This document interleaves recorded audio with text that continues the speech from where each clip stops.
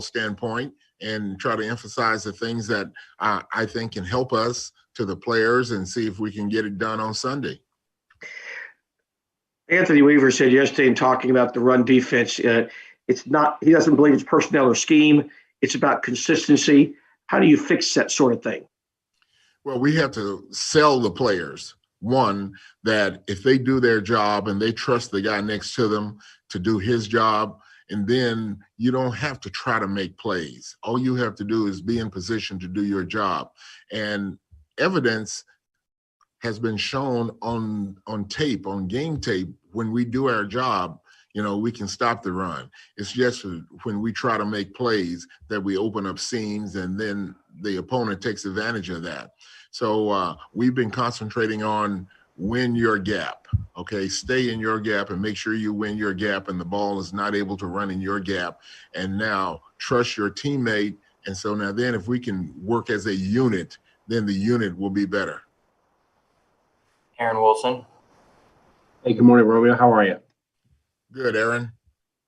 Romeo, how much do you think a victory would, after this start, would just sort of boost the whole morale around the building? Just to get one win, what would that mean for you guys? You know, you guys put in a lot of time, a lot of work, and to be 0-4, what is the kind of the emotions like around the building after a tumultuous week where Bill's fired and then you got to go play a game?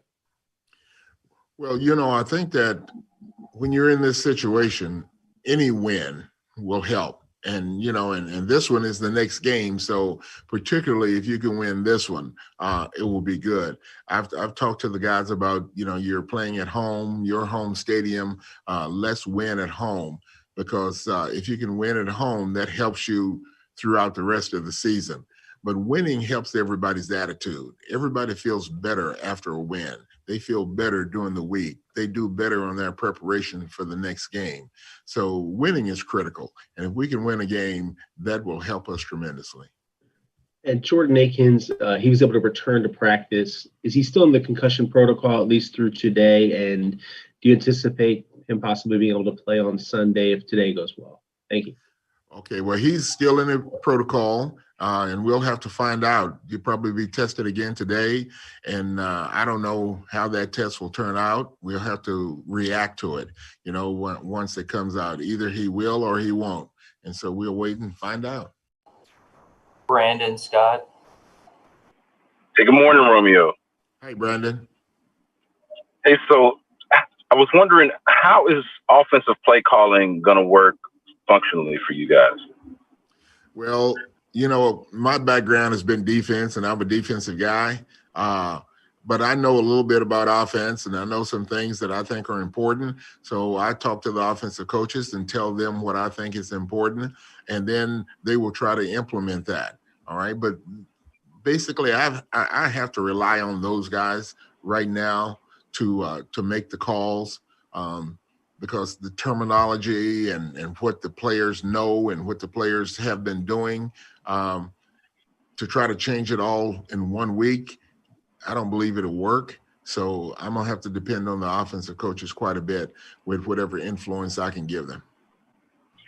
And Romeo, also with the coaches, not just Tim Kelly, but all of the assistant coaches, when something like this happens, when the head coach gets fired, does something happen with the coaching staff where guys feel like they're coaching for their jobs? And if so, how does that change things? Does that change the way guys coach or how they prepare?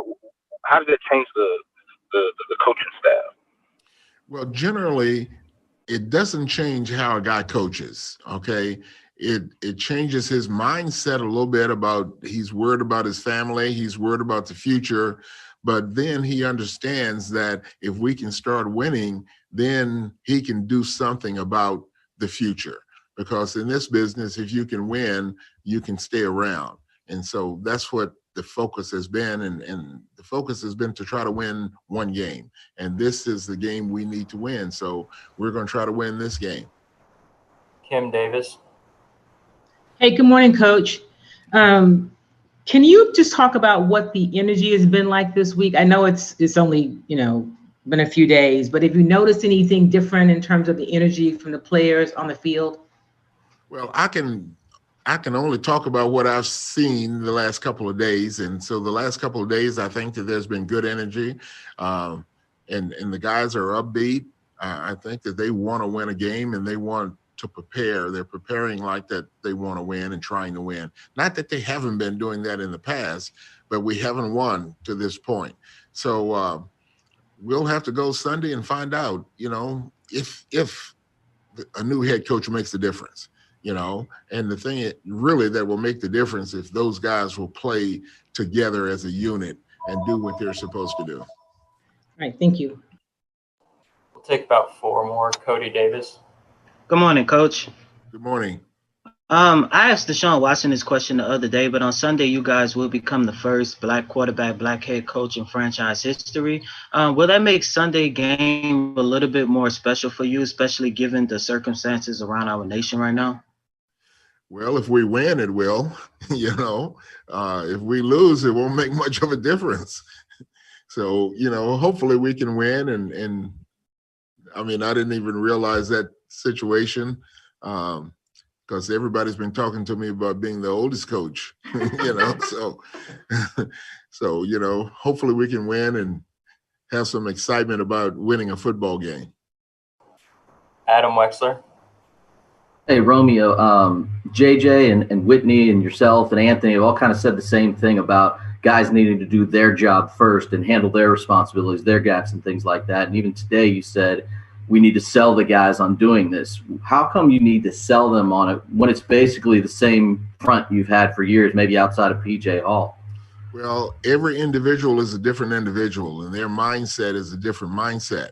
And we have some great talent on the defense, and they think that they can make plays, and sometimes it's a matter of making a choice. If I'm in my gap and I've got the guy controlled, but here comes a running back. And so now if I go to make the tackle, all right, he gives me a move inside, say, and then I lean inside to try to make the tackle. And then he runs where I was and should be. And so it's things like that occur during the course of the game. And it's much of it is because the guy thinks he can make the play. He feels good enough that he can come off the block and make the play.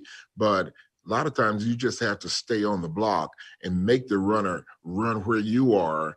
And then if he doesn't run where you are, then you pursue and help out and know that your teammate who has responsibility inside will be there to make the tackle. Mark Berman. Romeo, would you mind sharing with us over the last 72 hours, who have you heard from? You know so many people around the NFL. Who have you heard from when you took over? I tell you what, I've got over 100 text messages, and I haven't had a chance to respond to them. Some of them have come from guys who I've coached with in the past. Some of them have come from well-wishers. Some of them have come from job seekers. And that's part of it.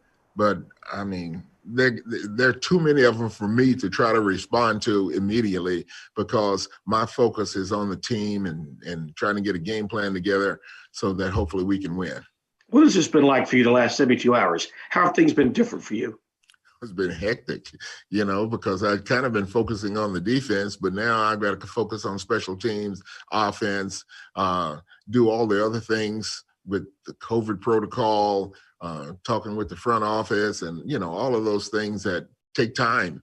And so trying to develop a schedule so that you can get it all done is the key. And that's what I'll have to work on going forward.